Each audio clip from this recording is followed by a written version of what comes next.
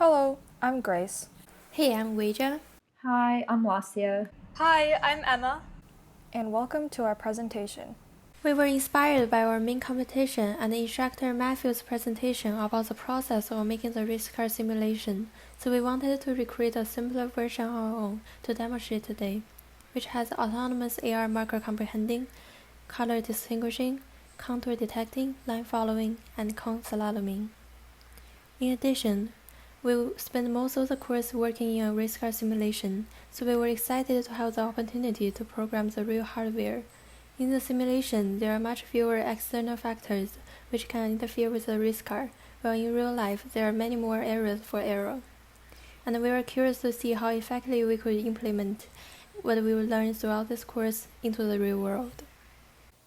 Our plan for this project was to create our own level on Unity, which includes line following and cone slaloming sections. Then we would program solutions that work both on the simulation and in real life. The first part of the problem was to create the Unity simulation. There were a couple of elements we needed to use in order to create a lab. First, we added a map with colored lines that the RaceCar would follow using a color camera. We then added 2 cones right after the line following section, so the RaceCar will slalom around them. Finally, we created 2 AR markers. The first one was placed right in front of the RaceCar starting screen and has a colored border that represents the correct colored line to follow if the path diverges. The second marker was placed in between the line following and cone slaloming sections, telling the robot to switch into the cone slaloming mode. So, let's run the code. To complete the track, we had 2 components to complete, the line following and the cone slaloming, basically looping around the cone. For the line following, we used AR markers to choose what color we should follow. We used a color camera to get a contour, or basically a chunk of the color we needed. A RaceCar would then use the center of the contour as a reference point to follow. The next component is cone slaloming. We would use the color camera to detect a contour of the cone, and then use a depth camera, which basically gives us the distance from a respective point, to rotate around the cone when close enough. While the code worked adequately on the simulator, getting it to work in real life was a whole different challenge.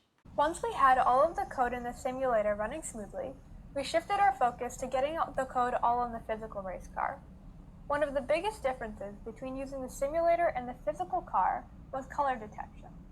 In order to recognize objects based on their color, which is really useful for things like line following and cone slaloming, we had to find the color ranges of our color tape and cones.